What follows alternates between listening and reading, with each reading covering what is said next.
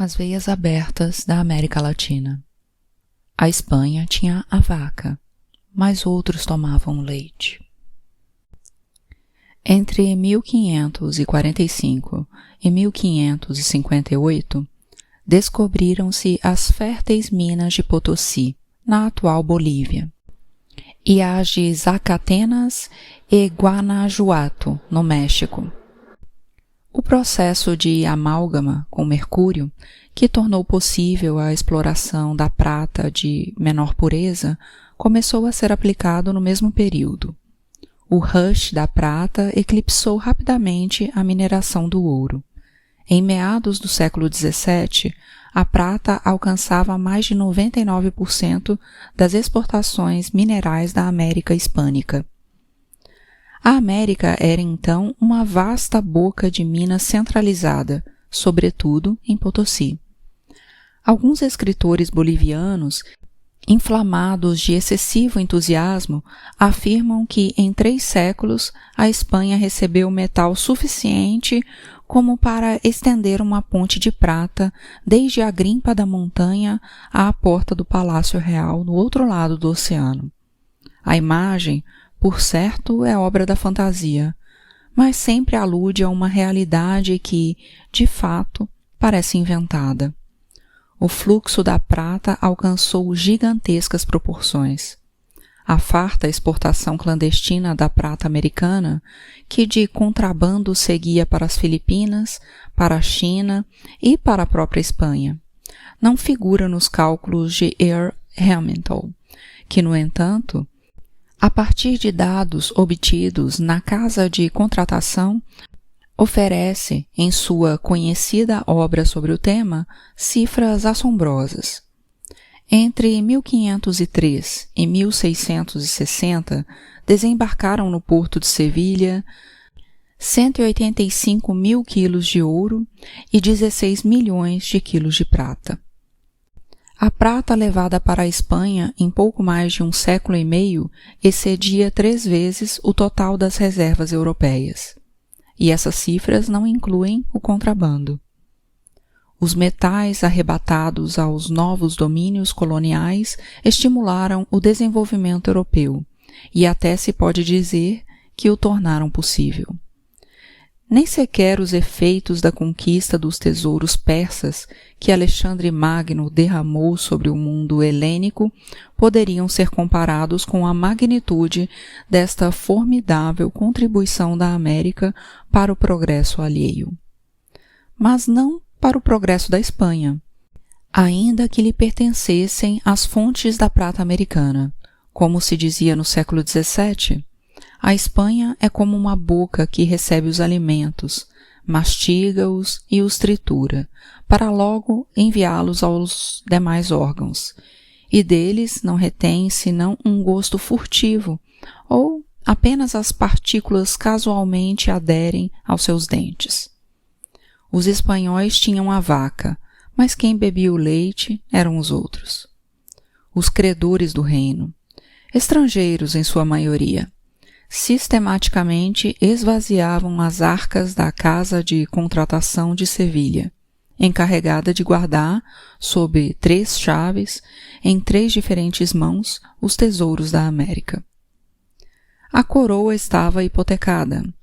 Quase todos os carregamentos de prata eram antecipadamente cedidos a banqueiros alemães, genoveses, flamengos e espanhóis.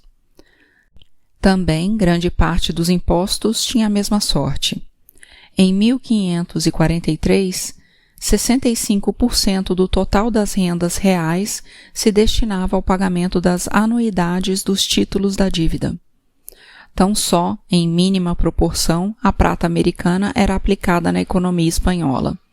Embora fosse formalmente registrada em Sevilha, ia parar nas mãos dos Fugger, poderosos banqueiros que tinham adiantado para o Papa os fundos necessários para a conclusão da Catedral de São Pedro, e de outros grandes prestamistas da época, no estilo dos Welser, dos Schwetz ou dos Grimaldi. a prata também se destinava ao pagamento das exportações de mercadorias não espanholas para o Novo Mundo. Aquele império rico tinha uma metrópole pobre, ainda que nela a ilusão de prosperidade levantasse bolhas cada vez mais inchadas. A coroa abria frentes de guerra por todos os lados, enquanto a aristocracia se dedicava ao esbanjamento e se multiplicavam em solo espanhol os padres e os guerreiros, os nobres e os mendigos, ao mesmo e frenético tempo que aumentavam os preços e as taxas de juro do dinheiro. A indústria morria ao nascer naquele reino de vastos latifúndios estéreis, e a enferma economia espanhola não podia resistir ao brusco impacto da alta demanda de alimentos e mercadorias, a inevitável consequência da expansão colonial. O grande aumento dos gastos públicos e a asfixiante pressão das necessidades de consumo das possessões de ultramar agravavam o déficit comercial e desencadeavam, a galope, a inflação. Colbert escrevia: quanto mais comércio um Estado tem com os espanhóis, mais prata tem. Havia uma dura luta europeia pela conquista do mercado espanhol, que implicava o mercado e a prata da América. Um memorial francês de fins do século XVII nos permite saber que a Espanha, então, só predominava em 5% do comércio com suas possessões coloniais do outro lado do oceano. Apesar da ilusão jurídica do monopólio, cerca de 1/3 parte do total estava na mão de holandeses e flamengos. 1/4 parte pertencia aos franceses. Os genoveses controlavam mais de 20%, os ingleses 10% e os demais um pouco menos. A América era um negócio europeu. Carlos V, herdeiro dos Césares do Sacro Império em eleição comprada, só passou na Espanha 16 dos 40 anos de seu reinado. Aquele monarca de queixo proeminente e olhar idiota, que subiu ao trono sem conhecer uma só palavra do idioma castelhano, governava rodeado por um séquito de flamencos rapazes, aos quais entregava salvo-condutos para tirar da Espanha mulas e cavalos carregados de ouro e joias, a par de recompensá-los com a outorga de bispados e arcebispados, títulos burocráticos e até a primeira licença para conduzir escravos negros às colônias americanas. Dedicando-se à perseguição do demônio por toda a Europa, Carlos V exauria o tesouro da América em suas guerras religiosas. A dinastia dos Habsburgo não desapareceu com sua morte. A Espanha ainda padecia o reinado dos austríacos durante quase 2 séculos. O grande paladino da Contra-Reforma foi seu filho, Filipe II. De seu gigantesco palácio-mosteiro, o Escorial, na encosta do Guadarrama, Felipe II pôs em funcionamento, em escala universal, a terrível máquina da Inquisição e empurrou seus exércitos para os centros da heresia. O calvinismo se apossara da Holanda, Inglaterra e França, e os turcos encarnavam o perigo de um retorno da religião de Alá. O salvacionismo custava caro. Aos poucos objetos de ouro e prata, que não chegavam do México e do Peru já fundidos, eram rapidamente retirados da casa de contratação de Sevilha e lançados às bocas dos fornos. Ardiam também os hereges, ou os suspeitos de heresia, assados pelas chamas purificadoras da Inquisição. Torquemanada incendiava os livros e o rabo do diabo reaparecia em todos os cantos. A guerra contra o protestantismo era, sobretudo, a guerra contra o capitalismo ascendente na Europa. A perpetuação da cruzada, diz Eliot em sua obra já citada. aprofundava a perpetuação da arcaica organização social de uma nação de cruzados. Os metais da América, delírio e ruíno da Espanha, proporcionavam meios para campanhas militares contra as nascentes forças da economia moderna. Já Carlos V tinha esmagado a burguesia castelhana na Guerra dos Comuneiros, que se transformara numa revolução social contra a nobreza, suas propriedades e seus privilégios. O Levante foi sufocado após a traição da cidade de Burgos, que 4 séculos mais tarde seria a capital do general Francisco Franco. Extintos os últimos redutos rebeldes, Carlos V regressou à Espanha acompanhado de 4.000 soldados alemães. Simultaneamente, também foi afogada em sangue a excessivamente radical insurreição de tecedores, fiandeiros e artesãos que tinham tomado o poder na cidade de Valência e estendendo-o a toda a comarca. A defesa da fé católica era a máscara da luta contra a história. A expulsão dos judeus, espanhóis de origem judia, ao tempo dos reis católicos, privara a Espanha de muitos artesãos habilidosos e de capitais imprescindíveis. Não se considera de igual importância a expulsão dos árabes. Na verdade, espanhóis de religião muçulmana, embora em 1609 nada menos que 275.000 tenham sido empurrados fronteira afora, com desastrosos efeitos na economia valenciana e nos férteis campos do sul do Ebro, em Aragão, que ficaram arruinados. Anteriormente, Felipe II, por motivos religiosos, havia expulsado milhares de artesãos flamengos convictos ou suspeitos de protestantismo. A Inglaterra os acolheu e ali deram importante impulso às manufaturas britânicas. Como se vê, as enormes distâncias e as difíceis comunicações não eram os principais obstáculos que se opunham ao progresso industrial da Espanha. Os capitalistas espanhóis se transformaram em financistas através da compra de títulos da dívida da coroa e não investiam seus capitais no desenvolvimento industrial. O excedente econômico vertia para os canais improdutivos. Os velhos ricos, senhores da faca e do queijo, donos das terras e de títulos de nobreza, levantavam palácios e acumulavam joias. Os novos ricos, especuladores e mercadores, compravam terras e títulos de nobreza. Tanto esses quanto aqueles praticamente não pagavam impostos e não podiam ser presos por dívidas. Quem se dedicasse a uma atividade industrial perdia automaticamente sua carta de fidalguia.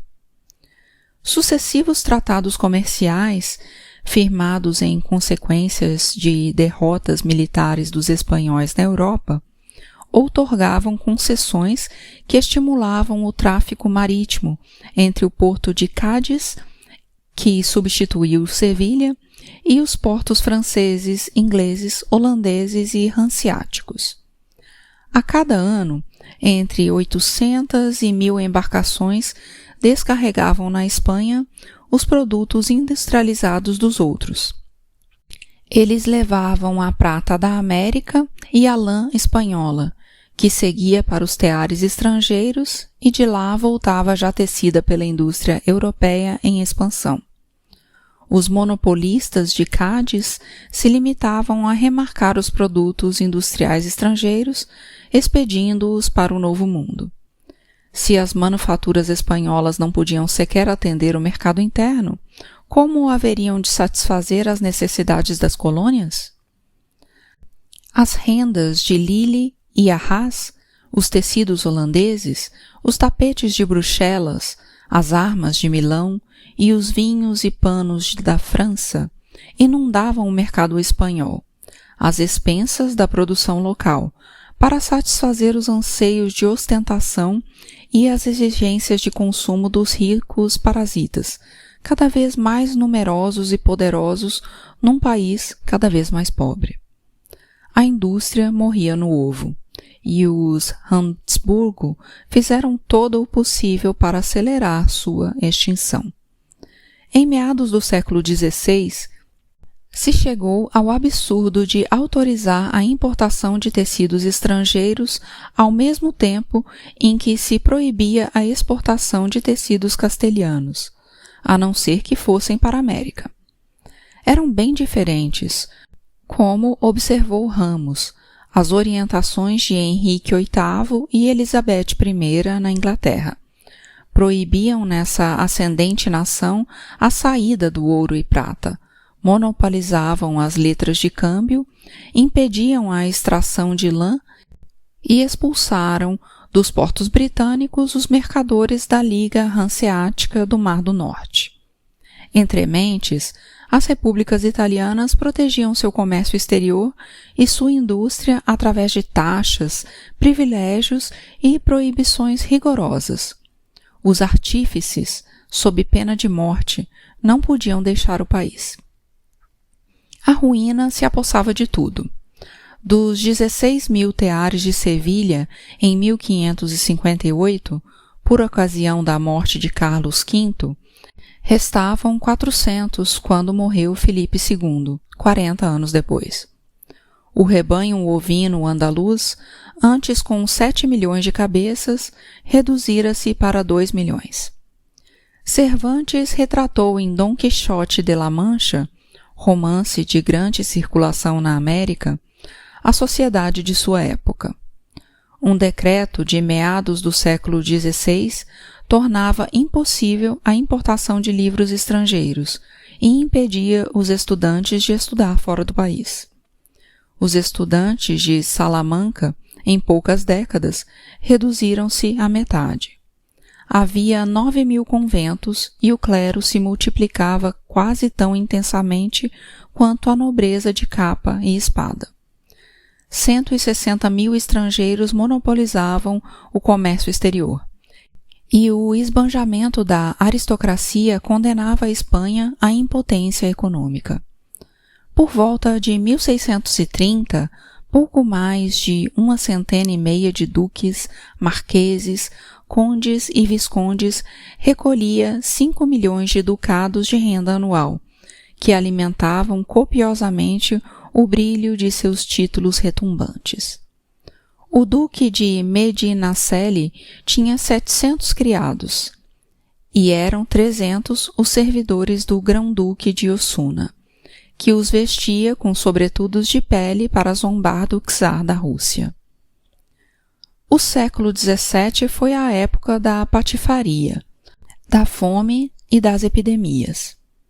Era infinita a quantidade de mendigos espanhóis, mas isto não impedia que também os mendigos estrangeiros afluíssem de todos os cantos da Europa. Por volta de 1700, a Espanha contava já com 625.000 fidalgos, senhores da guerra. Embora o país se esvaziasse, sua população se reduzira à metade em pouco mais de 2 séculos, e era equivalente à da Inglaterra, que no mesmo período havia duplicado. O ano de 1700 marca o fim do regime dos Habsburgo. A bancarrota era total. Desemprego crônico, grandes latifúndios inúteis, moeda caótica, indústria arruinada, guerras perdidas e tesouros vazios. A autoridade central, desconhecida das províncias, a Espanha, com que se defrontou Felipe V, estava pouco menos defunta do que seu amo morto. Os Bourbon deram à nação uma aparência mais moderna, mas em fins do século XVIII, o clero espanhol tinha nada menos do que 200.000 membros, e o resto da população improdutiva não estancava seu esmagador desenvolvimento, à custa do subdesenvolvimento do país. Na época, havia ainda na Espanha mais de 10.000 cidades e povoados sujeitos à jurisdição senhorial da nobreza e, portanto, fora do controle direto do rei. Os latifúndios e a instituição da primogenitura continuavam intactos. Também continuavam de pé o obscurantismo e o fatalismo. Ainda não fora superada a época de Felipe IV. Em seu tempo, uma junta de teólogos se reuniu para examinar o projeto de construção de um canal entre os Manzanares e o Tejo, e acabou concluindo que, se Deus quisesse que os rios fossem navegáveis, ele mesmo os teria criado assim.